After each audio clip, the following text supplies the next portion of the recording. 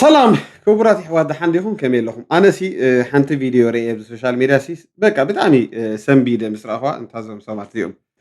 قال لك نقبر لنا نقص لنا نهزبنا حنك لنا إلى اسكتها فيديو نرى أيامه كمل سكمي እንግዲህ ሰላማዊ መንገድ የአንድ ወገን ብቻ አይደለም። በዚህ ሰላማዊ መንገድ ካቅም በላይ ሆኖም ተሟጦ የማይቻል ከሆነ እኛ ደግሞ የአድዋ ልጆች ነን ማለት ነው። የባህራችን ጉዳይ ተዘግቶብን እንኖራለን እንዴ? ተዘግቶበት የሚኖር ወጣት የለም። ግን በሰላማዊ መንገድ ነው። እውነት አለን፣ ሀቅ አለን፣ ዓለም አቀፍ ህጎች አሉ፣ ታሪክ አለን፣ መረጃ አለን፣ ማስረጃ አለን። አንድ ወቅት ላይ ልክ ነው አተን ኖረናል ተዘግቶብን። ይሄ ግን ይሄንን የሚቀበል ትውልድ አይደለም አሁን ያለው። በየትኛውም ዓለም አቀፍ እውነት አለን።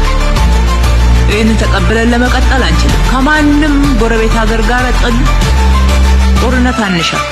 በጦርነት አንድ ጥይት ማባከን አንፈልግም። አንድ ሰው ህይወት ማባከን አንፈልግም። ነገር ግን እንግዲህ ሰላማዊ መንገድ የአንድ ወገን ብቻ አይደለም። በዚህ ሰላማዊ መንገድ ካቅም በላይ ሆኖም ተሟጦ የማይቻል ከሆነ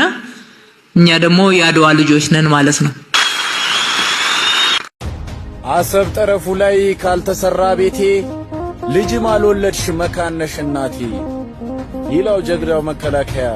ሲፎክር እና ጓዶች ተነሷ የአባት የአያቶቻችንን ታሪክ እንድገመው። የኛ የሆነውን አሰብ እናስመልሰዋለን። ሁሌም እውነትን የያዘ አሸናፊ ነው። የኢትዮጵያ ሕዝብና የኢትዮጵያ ወታደር ደግሞ መቼም ተሸንፎ አያውቅም። ከድሮም ጀምሮ ታሪክ ለማታውቁ ሰዎች ታሪካችንን አንብቡ፣ ስለ ታሪካችን ጠይቁ።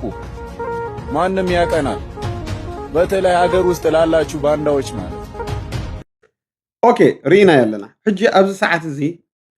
ኢትዮጵያውያን ብዙሕ ግዜ ዓሰብ ናትናዮ ክንመፂና ክንወርሪና ኣብ ምባል በፂሖም ኣለዉ። መጀመርያ ግን ብምንታይ ተበጊሶም? ብሰላማዊ መገዲ ንስራሕ ንጠቀም ሰጥቶ በመሰጥ ኢሉ ኣብዪ ኣሕመድ መጀመርታ ከውይ ተበጊሱ። እስኻትኩም ናይ ኣየር መገዲ ንድሕር ካባና ተጠቂምኩ ንሕና ካብኡ ኢሉ ብሰላማዊ መገዲ ጀሚሩ መጀመርያ። ድሓር ግን ጉዳይ እንዳጠንከረ ኸይዱ ማለት እዩ። ኢሳያስ ከስርሖ ስለዘይከኣለ ሕጂ ናብ ምንታይ በፂሖም ኣለዉ? ዓሰብ ናትና ኢና ምባል በፂሖም ኣለዉ። ሕጂ ኣብዚ እንታይ እትብለላ እዚኣ ሰበይቲ ብሰላማዊ መገዲ ንዛረብ፣ ጥይት ንሕና ክነባኽን ኣይነድልና፣ ሰብ ክንቀትል ኣይነድልና፣ ግን ብታሪክ ንዘራረብ እያ ትብለላ። እዚ ቀሊል ነገር ይኮነ ነይሩ። ኣነ ከም ድፈልጦ ብታሪክ ዓሰብ ናይ ኤርትራ ምዃኑ እየ ድፈልጥ። ግን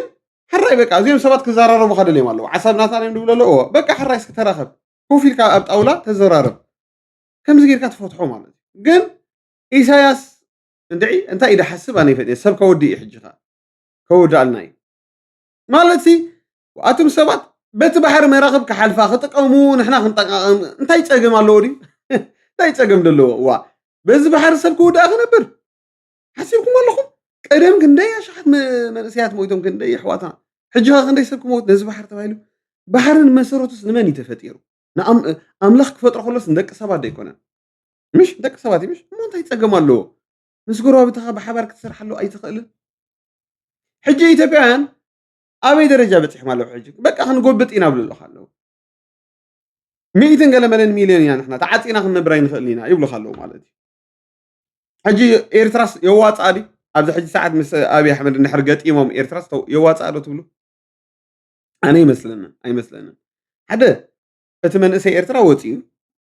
ውሕድ እዩ ደሎ መንእሰይ። ካልኣይ እቲ መንእሰይ ኤርትራ ሰልችዎ እዩ ኩናት። ኣብቲ ናይ ትግራይ ኩናት ነይሩ። ሕጂ ከዓ ክዋጋእ ተዳኺሙ እዩ። ቀደም ካ ሪኢኻ ለኻ ህዝቢ ኤርትራ ኩሉ ምስ ሻዕብያ እዩ ነይሩ። ሕጂ ከምኡ የለን ፈራሪሱ እዩ ህዝቢ። ተረዲኹምኒ? ስለዚ ኣነ ድዕዎ ተሎ ኣይመስለንን ኢሳያስ ኣፈወርቂ ተተጀሚሩ። እዚኦም ኣሽሓት ብናይ ኩናት ኣፅዋር ዝሰልጠኑ ድሮንን ገለመንን ደማዕብሉ ኣብ ሃገሮም ጥይት ደፍሪ ደለውሲ ከመይ ይኸውን ወላ እንተሓሲብኩሞ? ቀደም ንደርጊ ስዒርካ እዮም ክትከውን ትኽእል ኢኻ ምስ ሕወሓት ሓቢርካ። ሕጂ ከምኡ ይድገም ዶ? ሕወሓት ንባዕሉ ፈሪሶም እዮም ኣብ ክልተ ተጋማሚዖም እዮም። ተዋፃና እንታይ ያ ኤርትራውያን አንቱም ንህዝብና ንንቅሕ ብል ኣለኹ። ኣነ እዛረብ ኣለኹ ኩናት ይመፅእ ኣሎ፣ ሓያል ኩናት ይመፅእ ኣሎ፣ ህዝቢ ከይውዳእ ዓድና ከይትፈርስ ኣነ እዛረብ ኣለኹ ለይትን መዓልትን። ብሕልሚ ቅድሚ 4 ዓመት ድራእኽዎ ይዛረብ ኣለኹ። መዓት ገዛውቲ ከዓኑ ርኤ እየ ኣዴታት ነፀላ ተሸፊነን ክበኽያ ርኤ ኢለ ተዛሪበ ብሕልሚ ድራእኽዎ ህዝበይ ስለ ደፍቅር ዝዛረብ ኣለኹ ሰብ ከይጠፍእ ሰብ ከይመውት በጃኹም ገለ ንግበር ህዝብና ንንቅሕ ብል ኣለኹ ኣነ ብሓቂ የድብለኩም ዘለኹ ኣነ ናይ ማንም ጥፋት ኣይደልኒ ኢትዮጵያውያን ክጠፉ ይደሊ ኤርትራውያን ክጠፉ ይደልኒ ናይ ማንም ጥፋት ኣይደልኒ ኣምላኽ እውን ጥፋት ናይ ማንም ሰብ ኣይደልኒ እንታይ ይገበር እቶም ገበነኛታት ይተሓዙልና እሳቶም ከመይ ገይሮም ይተሓዙ መገዲ ንፍጠር እቲኦም ቲፒኤልኤፍን ህግደፍን ንበሃል ኣነ እዚኦም ክልተ ሰባት ኣብ ሕጊ ክመፅሎ ክተሓዝሎ ኢላ ደኣምን ምክንያቱ እዚኦም ክሳብ ዘለዉ ሰላም የለን ግን ከመይ ጌርካ ትሕዞም ስለዚ ንሕና እዞም ሓደሽቲ ወለዶ ኣነ ናይ ብሓቂ ክነገረካ ናይ ኤርትራ ፕረዚደንት ተድኸውን መራሕቲ ተድኸውን ባሕሪ ደሊና ኣለና እንድሕር ኢሉ ኣብዪ ኣሕመድ ሓራይ ብኸመይ መገዲ ንጠቃቐም ኢልካ ብሰላማዊ መገዲ ክትፈትሖ ትኽእል ኢኻ ቀሊል እዩ ኣብ ካልኦት ባሕሪ ዘይብለን ሃገራት ብዙሓት ኣለዋ ኣፍሪቃ ከመይ ገይረን እንጥቀማ ዘለዋ በቃ ብከምኡ ትኸይድ በቃ ስለዚ ኢትዮጵያ ካብ በዓል ሶማሊላንድ በዚ ናይ ኬንያ በዚ ናይ ጅቡቲ ትጥቀም ነይራ እዎ ኣብ ናይ ኤርትራ ግን ኣይጥቀምና ነይራ ነዊሕ ዓመት ኣብ ባእሲ ዝነበሩ ሕጂ ግን ዕርቂ ምስ መፀ ግን ዓሰብ ሓቢርና ንስራሓሉ ኢሉ ኣብዪ ኣሕመድ ጥያቄ ሕቶ ኣምፅኡ ሓራይ ኢልካ ሓቢርካ ትስራሓሉ ተሸግር ኣለውሪ ክልቲኻ ደይትጎዳዳእ ጌርካ ተረዲኻ ተጠቀሞ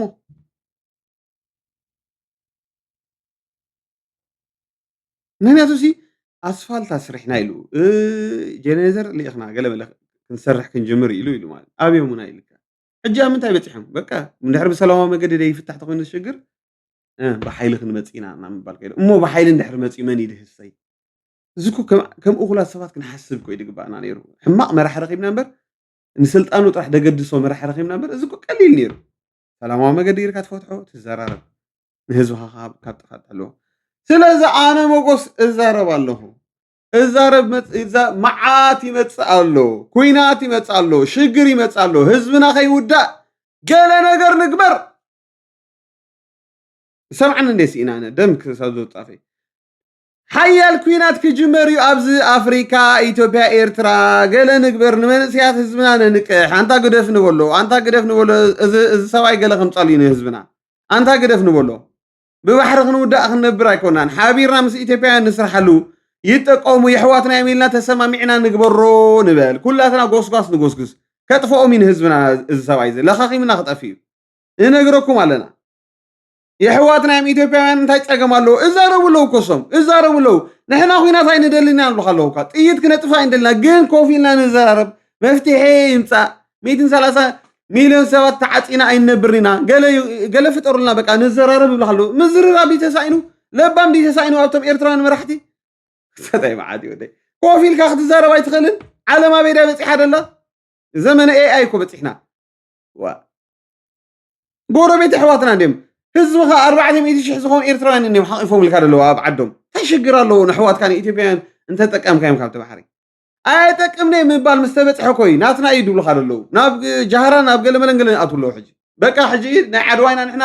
በቃ ብሰላማዊ መገዲ እንድሕር ዘይፍታሕ ተኮይኑ እዚ ጉዳይ ብሓይሊ ክንኣቱ ኢና ብለካ ኣለዉ እሞ ብሓይሊ እንድሕር መፂእ ፅቡቕ ድዩ ንዓና ኤርትራውያን ሰብ ክጠፍእ ሕጂ ከዓ ብባሕሪ ንኽእሎም ዲና ኸ እንድዒ ኣይመስለንን እቲ መንእሰይ ንባዕሉ ሕጂ ተስፋ ቆሪፁ እዩ ስለዚ ሲ ኣነ ብጣዕሚ ድገርመኒ ናይ ገለገለ ኤርትራውያን ባሕሪ ክወስድ ተመፅኡ ኣነ ክመውት እየ ንምንታይ ትመውት ብሰላማዊ መገዲ ደይትፈትሖ ብሂወት ደይትነብር ማለት እየ ዕድሜኻ ሲ እቲኦም ዝሞቱ ንኤርትራ ኢሎም ዳሓለፉ ሲ ሞይቶም ምሽ ሃገር መፅዕዎ እንታይ ኣሙ ሕጂ ንሕና ንነብር ኣላታ ሃገር ኩሉ ሰብ ተሰዲዱ በቃ ንባሕሪ ሰብ እንዳሞተ ክኸይድ ንምንታይ ብሰላማዊ መገዲ ተራዲእናስ ሂወት ደይነቐፅል ሂወት ህዝብና ደይነቐፅል ሂወት ኢትዮጵያውያን ደይነቐፅል ስደት ደይነዓፆ ኢትዮጵያዊ ኣይሰደድ ኤርትራዊ እውን ኣይሰደድ ብሰላም ደይንነብር ኣብ ዓድና ከምዚ ድሓስብ ሰብ ተሳኢኑ ኩናት ይኣኽለና ድብል መንእሰይ ተሳኢኑ ኣንታ እንታይ ኢና ንኾን ዘለና እቶም ኤርትራውያን ኣንታ ቆሩብተይ ኣታ ንህዝብና ደይንንቅሕ ዓመት ሰብ ክመውት ክነብር ኣብ ዝሓለፈ ኩናት ናይ ትግራይ ክንደይ መንእሰይ ሞይቱ ኣይተረድአን ሕጂ ከዓ ኩናት ሓያል መፅእ ኣሎ ሕጂ ከዓ ክንደይ መንእሰይ ክመውት በቃ ኣንታ እዛ ኣምላኽ ኣቦይሲ ሓደ ግዜ ሲ በቃ እዚ ክልተ ወደብ ኣብ ኤርትራ ዘሎ ሓደ ሂቡ በካ ፈጢሮ ነዘን ሃገራት እየ ድብል በቃ በዚ ባሕሪ ኮ ህዝቢ ሰላም ሲኢኑ ኣቶም ሰባት ባሕሪ ኮኑ ሰብ ይፈጢርዎ ኣምላኽ ሰባት ክንግልገለሉ ክንጥቀመሉ يحفر ብጣዕሚ እዚ ሽማግለ ሰብኣይ ንህዝብና ከጥፍኦ ኣብ ገለ ክእትዎ እዩ እዚኦም ሲ ንረዳዳእ እብሉካ ከለዉ በቃ ነዘራረብ ኣዛርቡና ታሪክ ሓረ በቃ ታሪክ እንዶ ገንፅል ናይ መን እዩ ነይሩ ኢልካ ብታሪክ ይተኣከቡ ዓለማት መራሕቲ ትዘራረብ ብምዝራብ ትፈትሖ ማለት እዩ ኣነ ዓሰብ ናይ ኤርትራ ከም ዝኾነ እየ ዝፈልጥ ብታሪክ ግን እዞም ሓደሽቲ ወለዶ ሲ ክንነቅሕ ኣለና ገለገለ ሓደሽቲ ወለዶ ደይንቃሕኩም ኣለኹም ክንጠፊ ኢና ንባሕሪ ክንብል ክንመውት ኢና ክንመውት ተሓዝን በቃ ብሂወት ዘይትነብር ብሂወት ዘይትቐፅል ተረዳዲእካ ምስ ጎረቤትካ ኣሕዋትካ ሲ ብሂወት ዘይትቐፅል ያሳዝናል ይሕዝን እዩ يحزني أنا دنقصني ህዝቢ ኤርትራ ሓደ ሕማቕ መራሒ ረኺቡ ኢሳያስ ርጉም ይርኢኹም ብትንትን ኣቢሉ ሃገር ብትንትን ንገሌና ስደት ገሌ ኣብ ሳህራ ጠፊኣ ገሌ ኣብ ባሕሪ ንገሌ ኣብ ጉድጓድ እትይዋ ሕጂ ራይዋ ኣይብላዕ ተሰገይሩ ኣብዚ ደረጃ በፂሕዋ ኤርትራ ማለት እዩ ኢትዮጵያን ክሳብ ክንዲ እዚ ንዕቆብና ደፊሮምና ኣለዉ ብሰንኪ ኢሳያስ ክነግረኩም ኣነ ምክንያቱ መንእሰይ ከም ዘይብላ እቲ ሃገር ርእይዋ እዩ ኣብዪ ኣሕመድ ፅቡቅ ገይሩ ዘይርዋ እዩ ተረሚሳ ከም ዘላ ኤርትራ ርእይዎ እዩ ጽቡቅ ገይሩ ሰሊዋ እዩ ኤርትራ ዓሰብ ሰብ ከም ዘይብሉ እውን ርእይዎ እዩ ኩሉ ነገር ጽቡቅ ገይሩ ፈሊጥዎ እዩ መርሚርዋ እዩ ኣብዪ ኣሕመድ ዛረብ ይርከቡ ቀዳይ ኩሉ ሰብ ወፃሎ ኤርትራ ባዶ ተርፋላ ኢልካ ኣብዚ ደረጃ ብኣብዪ ኣሕመድ ክንነዓቕ ዝገበረና ኢሳያስ ኣፈወርቂ እዩ ኣርባዕተ ነጥቢ ክደግመልካ በቃ ኣብዪ ኣሕመድ ክንዕቐና ዝኸኣለ ንዓና ኢሳያስ እዩ ኣንዕቐና ከመይ ተልካ ቀዋምን ሕግን ዘይብላ ሃገር ፈጢሩ መንእሰይ ተሰዲዱ ሃገር ባዶ ተሪፋ ኣብዪ ኣሕመድ ከዓ ውሽጣን ቆምሽጣን ርእይዋ ኤርትራ ኩሉ ርእዩ ባዶ ከም ዝተረፈት ፈሊጡ ሕጂ ነለካ ንዕቕልካ ማለት እዩ መንእሰይ ዘይብላ ሃገር ኮይና ፋብሪካ ደይብላ ዩኒቨርሲቲ ደይብላ ባዶ ተተርፋላ ሰብ ይወፅእ ኣሎ እናበለ ለይትን መዓልትን ዝዛረበካ ኣሎ ኣብዪ ኣሕመድ ንምንታይ ንዕቐት ኮ እዚ ነቶም መራሕትኻ ንዕቕዎም ኣብዚ ደረጃ ደንዓቕና ግን መን ኢሳያስ ኢሳያስ ደረጃ ውሪድና ኣሎ ሕማቕ መራሒ እዩ ባዕሉ እዩ ተናዒቑ ኢሳያስ ምክንያቱ ምርሓና ኢልዎ ኣብዚኣ ፖይንት ገይሩ ኣብዪ ኣሕመድ ኦኬ ነጥቢ እናገበረ እዩ መፅኡ ኣብዪ ኣሕመድ ምርሓና እስኻ ባዕልካ ወስን ኦም ሓጀር ተኸድካ ናትካ እዩ ከምዚ ተኸድካ ናትካ ኣይከሰርናን ዓበድበድ ኢሉ ምዝን ኣብዪ ኣሕመድ መዚንዎ እስኻ ኢኻ ድሕሪ ሕጂ ናይ ዑስማን ሳልሕ ቅያር ገለመለ እንታይ ሃተፍተፍ እዩ ከለኻ ሰብ ኩሉ ግዜ ብምንታይ ድንዕቐካ መሲልካ ባዕልኻ እንድሕር ትኽፈት ተኾንካ ሰብ ንዕቐካ ባዕልኻ ሃለውሎ ትብል ተኾንካ ሰብ ይንዕቐካ ማንም ሰብ ማለት እዩ ባዕልኻ ዓጀብጆ ትብል ተኾንካ ባዕልኻ ሓጢኣትካ ትናዘዝ ተኾንካ ባዕልኻ ድኻምካ ንሰብ ትነግሮ እንድሕር ኮንካ ሰብ ይንዕቐካ ይመዝነካ ስለዚ ኣብዪ ኣሕመድ ፅቡቕ ገይሩ መዚንዎም እዩ ንመራሕቲ ህግደፍ ውሽጢ ኤርትራ ኣትዩ ኩሉ ርእይዎ እዩ መራሕቲ ከም ዘይኮኑ ከዓ ባዕሊ ኢሳያስካ ርእይዎም እዩ ሃገር ኩኑ ኢልዎም መወዳእታ ሃገር ኩኑ ኢሉ ንዕቕዎም ፈሊጥዎም ፅቡቕ ገይሩ ማለት እዩ ስለዚ ንኤርትራ ዘነዓቐ መን ኢሳያስ ባዕሉ ተናዒቑ ንሃገርና ኣንዕቕዋ ማለት እዩ ሕጂ ኢትዮጵያን ኣብ ካልእ ደረጃ በፂሑ ማለት እዩ ሓቂ እዚ ውሰድዎ ጥራይ ኢሳያስ ንኤርትራ ኣንዕቕዋ እዩ ንህዝብና ኣንዕቕና እዩ